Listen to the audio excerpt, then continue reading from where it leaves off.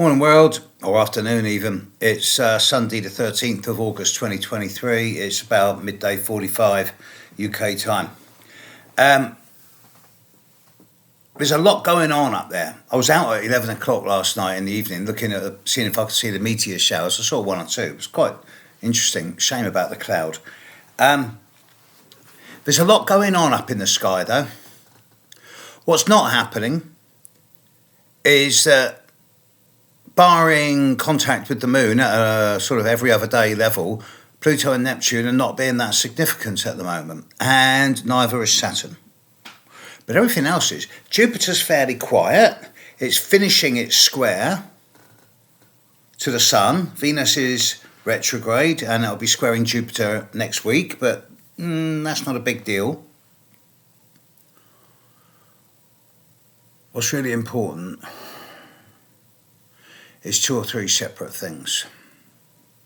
Firstly, today, right now, as we speak, Venus is retrograde, exactly conjunct the Sun. I don't think, I need to talk to my astronomical buddies, but I don't think Venus is going to be going across the face of the Sun, not this time. So it's not going to be an eclipse. But retrograde Venus, it goes retrograde, 5 times every 8 years? And it's retrograde for about 7-8 weeks. And it's now moving backwards in Leo. Another couple of weeks, those people with clear horizons will start seeing Venus as the morning star. It's been the evening star all this year so far. What's really interesting is the positions of Mercury and Mars at the moment. Mars has been slowly, gradually, steadily picking up speed over recent months since the end of its last retrograde. And it's now it's beginning to approach its fastest speed. It's moving at nearly 2/3 of 1 degree a day. Mercury has been slowing down rapidly. Mercury caught up with Mars very nearly about a week ago. But as Mars picks up and Mercury slows down, the gap between the two of them has stayed the same. They've been conjunct for this last week. They're conjunct now. And they'll be conjunct for this next week. Because Mercury will go retrograde in a few days' time. And Mercury conjunct Mars in Virgo. It's not a negative thing. I mean, Mars loves being in Virgo and Mercury's quite happy in Virgo. But Mercury conjunct Mars, you've got the energy of immediate mental, intellectual, verbal communication and the energy of being projective and assertive in a sign that prides itself on effectiveness, efficiency, focus, concentration, but is also a bit pernickety, over-analytical and fussy. I realise I've just lost half my Virgo clients in one sentence, but hey. And there is a strong risk for a lot of people in the short term of being too caught up in the immediate and not seeing the bigger picture.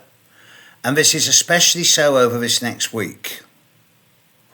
Because in the background, we've got this new moon coming up. Now, it's going to be new moon in 3 days' time. On the 16th of August at 10:38 a.m. UK time. The new moon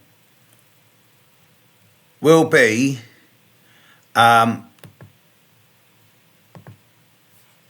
are we? Here we are. The new moon will be at 23 degrees 17 minutes of Leo. And at the same time, Uranus in the sky is going to be at 23 degrees, about 10 minutes or 7 minutes of Taurus. So there's an exact square from the sun and moon to Uranus. Now, a week and a half ago, I think it was at the time of the full moon, I talked about how this next month or so was going to see a lot of big leaders, a lot of changes in the big personalities in the world, in the leaderships of the world. Sometimes you can never quite predict what's coming up. For example, the troubles of Donald Trump in America, which seem to be hurtling towards some type of nexus point fairly quickly now. I also note that the presidential candidate in Ecuador was assassinated. Politicians all around the world are seemingly more and more either incompetent or impotent when it comes to dealing with the natural disasters. Whether you believe in global warming or not, there is no disputing the large amount of winds, floods, fires that are besetting our planet now, more so than is normally the case. There's various different theories as to why this is happening, depending on your own level of paranoia. But it's revealing that most politicians just don't have a clue. And this is becoming more and more obvious over recent times, and will become more and more obvious over coming times. Now, this new moon, with the exact square to Uranus, suggests that there's going to be some quite dramatic developments over this next week, in ways that, in typical Uranian fashion, are going to be totally unpredictable, unexpected, out of the blue, but they will be sudden. So, if you're one of these people that's born around the 14th to the 17th of August or May or November, or the 12th to the 15th of February, then you're going to need to be a bit cautious over this coming week, because there is a degree of volatility and potentially rash, impulsive, headstrong behaviour where you dive in head first without thinking about possible outcomes. The Sun square Uranus leads to sudden changes and sudden changes of course, sudden upsets potentially, because it's a square, not a trine or a sextile. And the Moon square Uranus leads to sudden changes in emotional mood, feeling, sensitivity. To have a new moon exactly square Uranus in Leo, the sign of regality, from Uranus, the sign of materials and money and assets and value systems, suggests to me that there's going to be some fundamental changes in various leadership situations over the world over this coming next week. I noticed that a number of large mainstream politicians and royal family members in this last few weeks are very noticeable by their absence. And of course, it's the summer in the Northern Hemisphere and they're all on holiday. Maybe I'm just phobic or paranoid, I don't know, but I've got this feeling that I've got this feeling that there's something about to crack, like an eggshell or a nutshell about to open, and there's a whole new barrel of information about to be put out there into the world.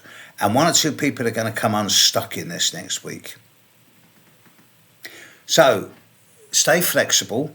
Stay adaptable. Do not get intransigent or rigid in your beliefs or actions, because that is the easiest way to guarantee something's going to go wrong. Dance with change. Here's my favourite analogy with Uranus to leave you with. Imagine you're in the water. You're on a beach in the water. Water's up to your waist. Waves are coming up to your chest. And you're having great fun with these little 2-foot high waves with your little mini surfboard. And out to sea, there's a 40-foot tsunami coming in, 15-metre tsunami coming in. And it's got your name written on it. It is the wave of change. If you run, that wave's going to pick you up and smash you on the cliffs and smash you on the rocks. You're going to get trashed. If you stand still and hold on to the rocks, that wave's going to suck the sand from underneath your feet and send everything spinning and push you and the rocks into chaos and disorder. But if you get your surfboard and you swim out and you meet the wave coming in and you climb the wave before it breaks, then you are surfing the wave of change. You are flowing with it. You are flowing with the go instead of going with the flow. And you will be able to adapt, dance, shapeshift and change with that underlying need for change that is empowering this at this time. We simply cannot continue the way we have for very much longer at all without courting large-scale global disaster. Change is a necessity. Without change, you get entropy, which leads to decay, stagnation, and extinction. So be flexible, especially around this new moon. Do not take risks. you can take small chances. Catch you in a few days. Bye now.